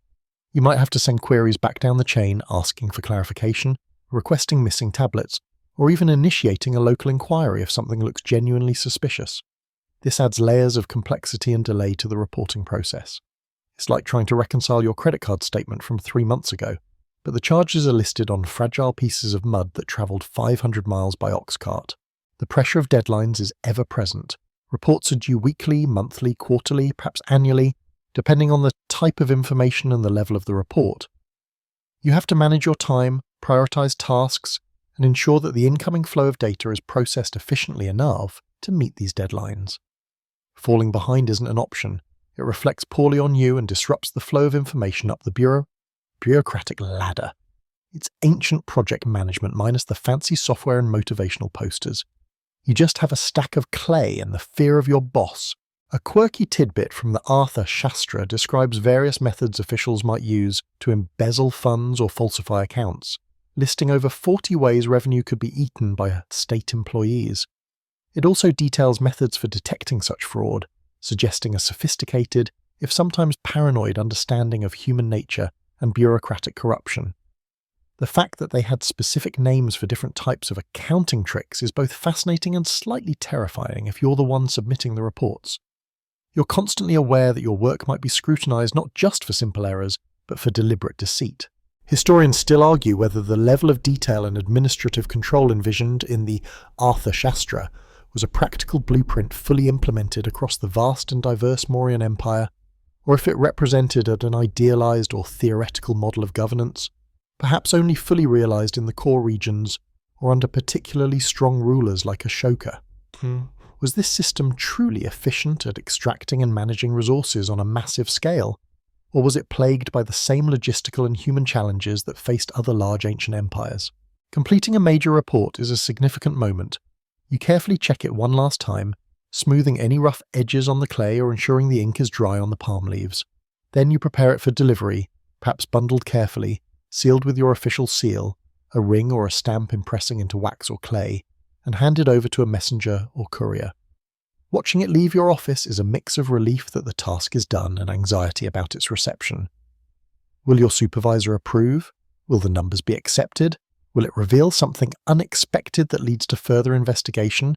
More work for you. This reporting process isn't just about transmitting numbers. It's about shaping the narrative of your part of the empire for those in power. Your summaries influence decisions made far away in the capital. Decisions about taxes, resource allocation, public works, even military deployments. You're a small but crucial cog in the vast machine of state, translating the messy reality on the ground into the clean, hopefully, figures on which policy is based. It's a quiet, sedentary power, the power of information control, wielded with a stylus and a stack of mud. The report is sealed. It's left your hands, entrusted to a messenger. This isn't just a casual postal service. Depending on the importance and destination, it could be a dedicated state courier, perhaps a swift runner or someone on horseback for longer distances. The journey of that small bundle of clay tablets or rolled palm leaves is a perilous one. Roads in the Mauryan Empire, while impressive in some places, Megasthenes, the Greek ambassador, mentioned well-maintained roads, weren't exactly paved highways like you might imagine today. They were routes carved through forests, over hills, across rivers. The messenger faces risks, bandits, wild animals, adverse weather, or simply getting lost. You don't track it with a barcode or get status updates like out for delivery. Once it's gone, into the unreliable network of ancient communication. You just have to hope it arrives intact and on time. The anxiety lingers, a low hum beneath the surface of your daily work. Did the messenger get waylaid? Did the tablets break? Did the ink smear in the rain? Your carefully compiled work is now vulnerable to the vagaries of the real world, outside the controlled environment of your office. It's like sending an important email, but the server is a guy on a donkey, going over the Himalayas. While your report makes its journey, you are not idle. There are always more incoming tablets, new transactions to record, new queries to answer, but a part of your mind is waiting, listening. You're waiting for a response from your supervisor. The Mauryan administration was known for its extensive network of spies and informers, watching over everything from market activity to official conduct. While your work isn't necessarily secret police stuff, the sheer volume of data flowing upwards, coupled with the strict rules about accountability, means that information about you, about your performance, is also flowing through the system. Is your output timely? Is it accurate? Are there murmurs of inefficiency or, God forbid, something worse? Your supervisor receives your report. They don't just glance at it. They pore over it. They compare it to previous reports. They compare it to reports from neighbouring districts or related departments. They look for anomalies. Remember that detail about the various methods of eating revenue listed in the Arthashastra? Your supervisor is trained, or at least expected to be trained, in spotting the signs of such malfeasance. A sudden drop in reported revenue from a consistently productive area, an unusually high expenditure on a particular item, discrepancies between different sets of figures, all red flags. This review process could take time, days, maybe weeks, depending on the volume of reports your supervisor handles and their own workload. You continue your work, but the suspense is real. Will a runner arrive with a summons? Will a terse message be delivered, asking for clarification on a specific figure? Or will there be silence, which you hope means acceptance, but could also just mean it's sitting on a pile waiting to be reviewed? It's the original read receipt, anxiety. But instead of seeing 2 blue ticks, you just hope you don't suddenly have an elephant-riding tax auditor show up at your door. If your report passes initial scrutiny, it might be consolidated further with reports from other accountants at your level, forming a larger regional or departmental summary that is then sent even higher up the administrative chain. Your little bundle of clay or palm leaves contributes a small piece to a much larger picture, eventually reaching the ministers in Pataliputra who advise the emperor on the state of the empire's finances and resources. This upward flow of aggregated information is what theoretically allowed the Mauryans to manage such a vast territory. They needed accurate data to levy taxes, manage state monopolies like salt or mining, fund the massive army and finance public works projects. But sometimes there are questions. You might receive a query regarding the reported grain surplus in the village of Kautilyapura in the 3rd month. Could you provide the original cultivation records? Or, the expenditure on road repair seems unusually high in your jurisdiction. Please provide a detailed breakdown of labour and material costs. These aren't just administrative chores, they are implicit checks on your work. Can you back up your figures? Do you have the original documentation? Did you follow procedure? This is where meticulous record-keeping saves your hide. If you squirreled away all those individual clay tablets and can retrieve the specific ones requested, you can provide the necessary verification. If not, well, that's when the anxiety really spikes. A mainstream historical fact is the extensive use of documentation and record-keeping in the Mauryan Empire, evidenced by references in the Arthashastra, and accounts like those of Megasthenes, who noted the presence of officials responsible for registering births and deaths, and generally keeping track of the populace and resources for administrative purposes. This wasn't just for fun, it was the backbone of their ability to govern a large, complex state and extract resources systematically. The possibility of an audit is always looming, not just a query about one figure, but a full-blown examination of your books. An auditor, likely from a different branch of the administration to ensure impartiality, in theory anyway, might arrive at your office. They would review your incoming records, your working notes, your summary reports, comparing everything against established rules and regulations. This would be a stressful period, filled with scrutiny and the need to explain every entry, every calculation. It's tax season, ancient empire style, except the auditor might carry a spear. The Arthashastra dedicates significant space to the duties and responsibilities of various financial officials, including auditors. It describes methods for verifying accounts, penalties for different types of fraud, and the importance of transparent and verifiable records. This focus indicates that the Mauryan state was acutely aware of the potential for corruption within its own bureaucracy and attempted to put mechanisms in place to detect and deter it. Whether these mechanisms were effective in practice is another question. A quirky tidbit is the Arthashastra's classification of 40 different ways state funds could be misappropriated by officials, including creative methods like exaggerating the value of goods received, delaying the collection of revenue, or accepting bribes in the form of services. It's like a handbook for financial crime, and presumably a handbook for catching it too. Imagine having to memorize 40 specific types of embezzlement just to make sure you weren't accidentally doing one, or worse, being framed for one. Historians still argue whether the detailed anti-corruption measures and audit procedures described in the Arthashastra were widely and consistently enforced throughout the Mauryan Empire, or if corruption remained a significant challenge despite the sophisticated framework. Was the system robust enough to truly police its vast network of officials, or did local power dynamics and the sheer difficulty of oversight in an age without instant communication mean that regulations were often flouted in practice? Passing an audit or successfully answering queries brings immense relief. It validates your work, your integrity, and your competence. It strengthens your position within the bureaucracy. Your supervisor is pleased because your reliable reports make their job easier.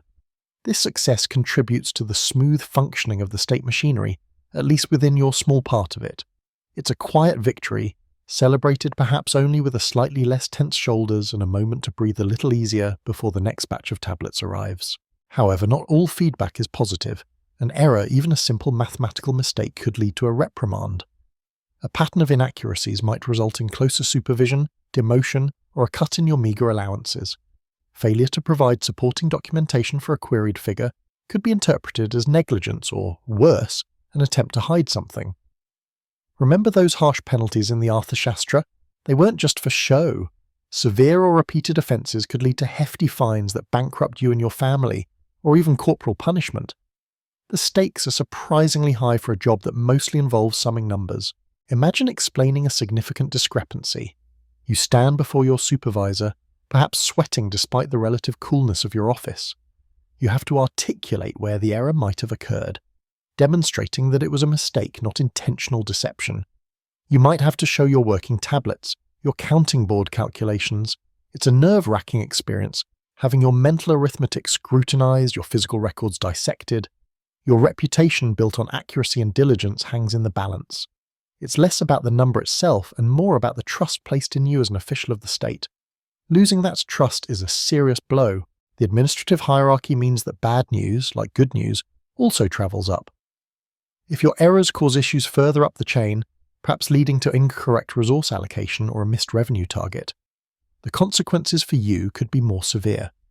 Your performance reflects on your supervisor, and their performance reflects on theirs, creating a chain of accountability that links your desk with its piles of clay to the highest levels of the empire. It's a constant reminder that your seemingly mundane work is part of a larger, powerful system. So you wait. You process more data, you prepare the next report, and with every dispatch you send a little piece of your effort, your attention to detail, and your hopes for continued employment and safety out into the uncertain pathways of the Mauryan state bureaucracy. The journey of the report isn't just physical, it's metaphorical, representing the flow of information and accountability within a system that demands both precision and unwavering loyalty. It's a quiet life, perhaps, but never entirely free from tension. You close the wooden shutters on your small office window, the fading light filtering less and less through the gaps. The scratching of pens, the murmur of voices, the rhythmic clink of clay tablets being stacked. It all begins to die down. The air, thick with the scent of dried ink, dust, and perhaps a faint whiff of stale perspiration, starts to feel less charged. The pressure of the day, the waiting for that response about your latest report, the potential for an unexpected audit, it doesn't vanish completely, but it recedes, like the tide pulling back from the shore. You gather your few personal belongings, a small clay lamp for the walk home if it gets too dark, a carefully wrapped piece of flatbread saved from lunch, perhaps a worn piece of cloth to cover your head. The heavy door of the administrative building groans open and you step out into the late afternoon air. The street outside is a different world from the quiet intensity of your office. It's bustling, loud, alive. Merchants are closing up their stalls in the market section nearby, hawking their last wares. Children are playing games in dusty alleys, their shouts echoing. The smell of cooking fires begins to drift through the air, simple meals being prepared in countless homes. You join the stream of people heading away from the administrative heart of the city, civil servants, scribes, other officials, all looking forward to leaving the day's mental labour behind. It's a relief, a palpable easing of the shoulders. No more columns of numbers, no more regulations to consult, no more worrying about whether that figure for sesame oil production is exactly right. As you walk, you navigate the crowds. People move at a leisurely pace now, the urgency of the workday gone. You might nod to a colleague, exchange a brief tired smile with another accountant from a different department. The city feels vibrant, but also somehow ancient. Bullock carts rumble past, laden with goods. Water carriers balance heavy pots on their heads. Beggars sit by temple entrances, chanting for alms. The sounds are a constant hum of voices in Prakrit, animal noises, the creak of wood, the shuffle of sandals on dirt paths. You pass small shrines dedicated to local deities, vibrant with offerings of flowers and incense. It's a sensory overload compared to the controlled environment of your work, a reminder of the vast, chaotic, beautiful world outside the neat rows of your clay tablets. Your home is modest, perhaps a small dwelling shared with family. In the Mauryan era, the concept of the individual household was less pronounced. Often multiple generations lived together in a joint family structure, pooling resources and labour. So as you approach, you hear the sounds of activity, perhaps your elderly parents talking, your spouse preparing the evening meal, maybe the laughter or squabbles of younger siblings or your own children. The expectation is that you contribute not just financially through your salary or share of income, but also by being present, participating in the life of the family unit. Your work supports this unit, and in turn, the unit supports you. Stepping inside, you shed the mantle of the state official. You are just you, returning home. The air inside is warmer, filled with the comforting smells of spices and cooking grain. Your spouse greets you, perhaps with a simple nod, perhaps a question about your day. The evening meal is central to family life. It's simple sustenance, rice or barley or porridge, perhaps some lentils or pulses, cooked vegetables like greens or gourds seasoned with local spices. Meat is a luxury, rarely afforded. It's not gourmet dining, that's for sure. You eat sitting on mats on the floor, maybe talking quietly about the day's events, the local news, or simply enjoying the quiet company after the bustle outside. It's a far cry from ordering takeout and scrolling through social media, but the core need for connection and nourishment is the same. Free time, as we understand it today, was a scarce commodity for most people in the Mauryan Empire, including those in administrative roles. After the evening meal and tending to basic household chores, there isn't a vast expanse of leisure time stretching before you. Evenings are primarily for rest, for limited family interaction, and for preparing for the demands of the next day. The pace of life was slower in some ways, but the boundaries between work, family, and basic survival were much less defined than they are for many of us now. You don't have a weekend to look forward to in the modern sense. The rhythm of life is more dictated by daily needs, seasonal changes, and religious observances. Socializing outside the family circle is limited but present. You might spend a little time talking with immediate neighbours, perhaps sitting outside in the cooling evening air if the weather permits. Gossip is a universal pastime bridging the millennia. Who's building a new house? Has so-and-so's daughter found a suitable husband? What's the latest rumour about the tax collector in the next district? Simple local news that connects you to your immediate community. Occasionally there might be a larger social gathering, a wedding, a religious festival, or a celebration related to a good harvest. These would be major events, breaking the routine and offering opportunities for wider interaction, music, and perhaps even some state-sponsored entertainment. Recreation is simple. Board games like Ashtapada, a precursor to chess, or Pachisi were played, offering a mental challenge. Storytelling was a crucial form of entertainment, with epics and local legends passed down orally. Children's games involved simple toys and physical activity. Music too was important, though access to instruments or performances depended on your status and means. You might listen to someone singing a devotional song or playing a simple flute. There were no streaming services or giant screens, obviously. Your main source of visual entertainment might be watching the sunset or the moon and stars come out, a spectacle that cost absolutely nothing, which honestly wasn't a bad deal. Access to written materials for leisure was extremely limited. The materials themselves, palm leaves, bark, or sometimes even thin copper sheets were expensive. Reading and writing were skills concentrated among specific groups, primarily Brahmins and administrators like yourself. While you interact with written documents all day for work, the idea of curling up with a novel or a history book is entirely alien. Learning was practical, vocational, or religious, often passed down through oral tradition or specific texts like the Vedas or the Arthashastra. Your mind is trained for numbers and regulations, not necessarily for philosophical treatises or romantic poetry, though you might hear snippets of religious texts or epics recited during festivals or temple visits. A mainstream historical fact about daily life is the centrality of agriculture to the economy and society. Even in cities, the rhythms of the agrarian calendar influenced life from harvest festivals to the availability and price of food. Your work as an accountant is directly tied to this agricultural base. as a significant portion of state revenue came from taxes on produce. These cycles of planting, growing, and harvesting were not just background noise.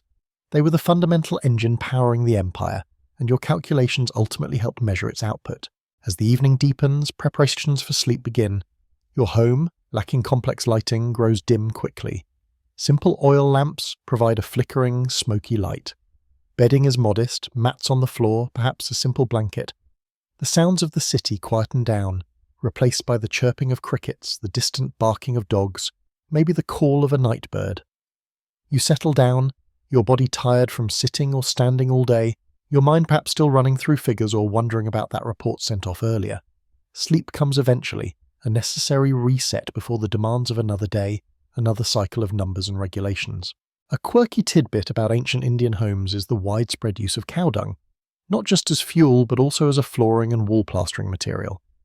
When dried and mixed with mud, it provided a hard, smooth surface and was believed to have purifying properties. So you might be walking or sleeping on a surface that, while it sounds strange to us, was considered clean and practical at the time. Imagine your modern home improvement store having a premium dried dung mix aisle. Wouldn't that be aromatic? Historians still argue whether the concept of privacy, as understood in modern Western societies, existed in a similar way in the Mauryan era, given the prominence of joint family structures and close-knit community living.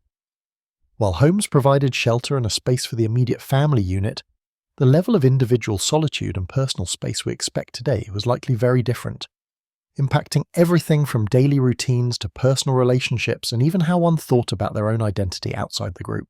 Your daily life outside of work is a quiet counterpoint to the structured, rule-bound world of the Mauryan administration. It's grounded in the necessities of survival, the bonds of family, and the simple rhythms of an ancient world. There are no thrilling adventures or grand pronouncements. It's the steady flow of existence, punctuated by meals, chores, limited social interaction, and the ever-present backdrop of the natural and religious world. It's a life of routine, providing the necessary foundation of rest and connection that allows you to return to your numerical duties refreshed, or at least present. And as sleep pulls you under, you hope tomorrow brings no unexpected queries about your ledgers. Sleep eventually claimed you, a heavy blanket against the persistent hum of the ancient night. Now, as the first hint of dawn begins to touch the sky, filtering a weak grey light through the window gaps, or perhaps as you simply lie there in the pre-dawn stillness, your mind begins its inevitable drift towards the day ahead. But beyond the immediate tasks, the columns of figures, the required reports, lies a larger question, one that gnaws quietly at the edges of your consciousness: the future. What does it hold for you, a humble accountant in this vast Mauryan empire? Where is this path leading? You are, in essence, a cog in an enormous machine. The state bureaucracy, meticulously detailed in texts like the Arthashastra, was designed to be comprehensive, efficient, and far-reaching. From tax collection to justice administration, from public works to espionage, the empire ran on paperwork and the people who managed it. Your position, while perhaps not glamorous, is vital. You handle the numbers, the lifeblood of the state's financial health.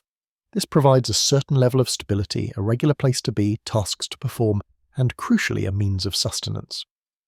In a world where life could be precarious, dependent on the unpredictable whims of weather for harvests or the sudden eruption of conflict, having a secure state-sponsored job is no small thing. It's an anchor in a turbulent sea. But what about moving up? Is there a ladder to climb, or are you destined to count sesame oil production tallies and tax receipts for the rest of your working life? The Mauryan bureaucracy, while vast, wasn't exactly a corporate structure with clearly defined promotion criteria and annual reviews.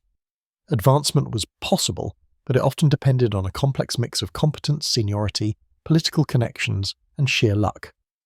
You might start as a junior scribe, meticulously copying figures onto clay or palm leaves, graduating to managing a specific type of account, then maybe overseeing a small team, and potentially, if you were very skilled and well-connected, rising to a supervisory role, or even into the administrative ranks that didn't directly deal with numbers but relied heavily on them.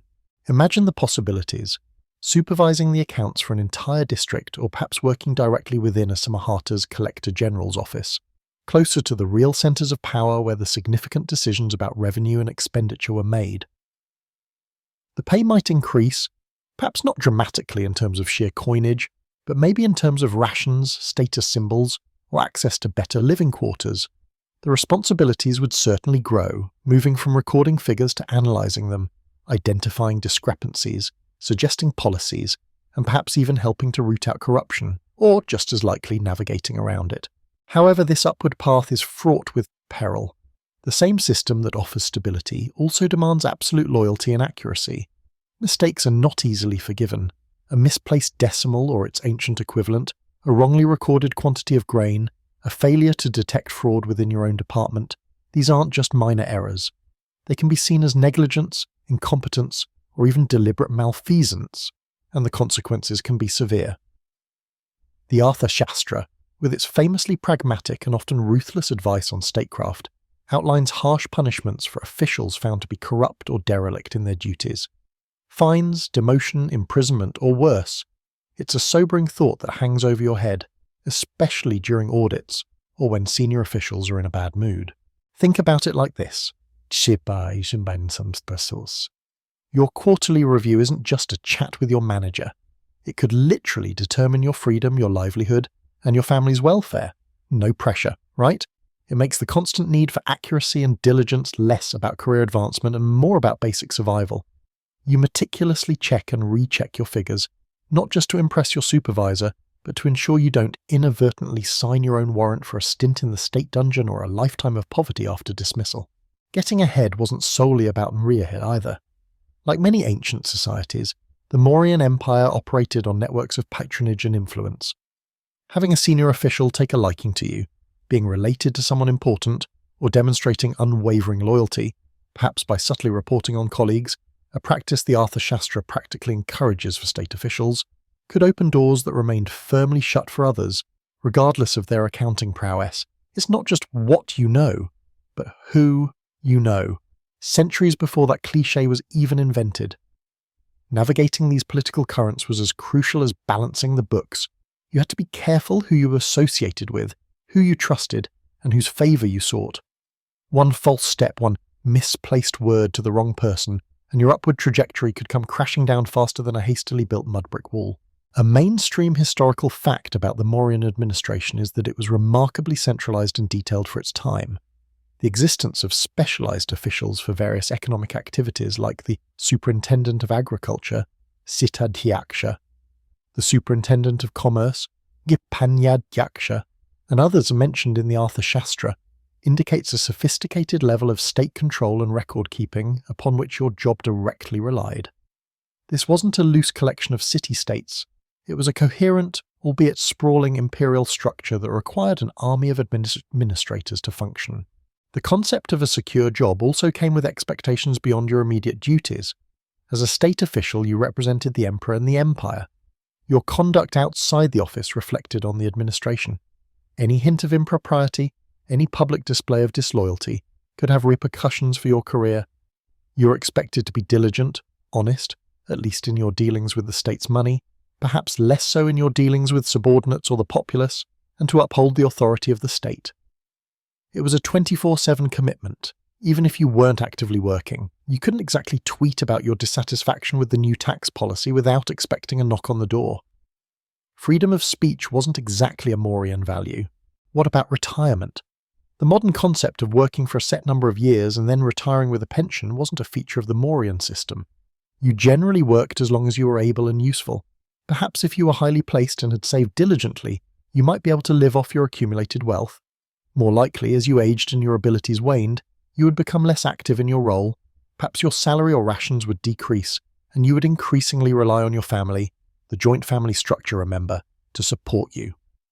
Your retirement plan was often your children and relatives. This brings up the future of your family. Would your children follow you into the administrative service? Official positions, especially those requiring literacy and numeracy, sometimes became semi-hereditary, passed down from father to son, assuming the son had the necessary skills and connections. Teaching your children to read, write, and calculate was an investment in their future, a potential path to a stable, if demanding, life within the bureaucracy. It's a different kind of college fund, less about tuition fees and more about ensuring they can correctly multiply two large numbers on a palm leaf without messing up. A quirky tidbit related to career advancement might be the practice of using spies or informers, gutta peruzza, within the administration itself. Kautilya, the presumed author of the Arthashastra, dedicates chapters to the use of covert agents to monitor officials at all levels to detect corruption or disloyalty.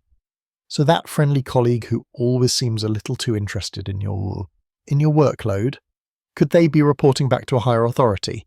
It adds a whole new layer of office politics, wouldn't you agree? Your water cooler chat might be less about "did you see the match last night?" and more about "are you sure you locked that cabinet? Someone was asking about it."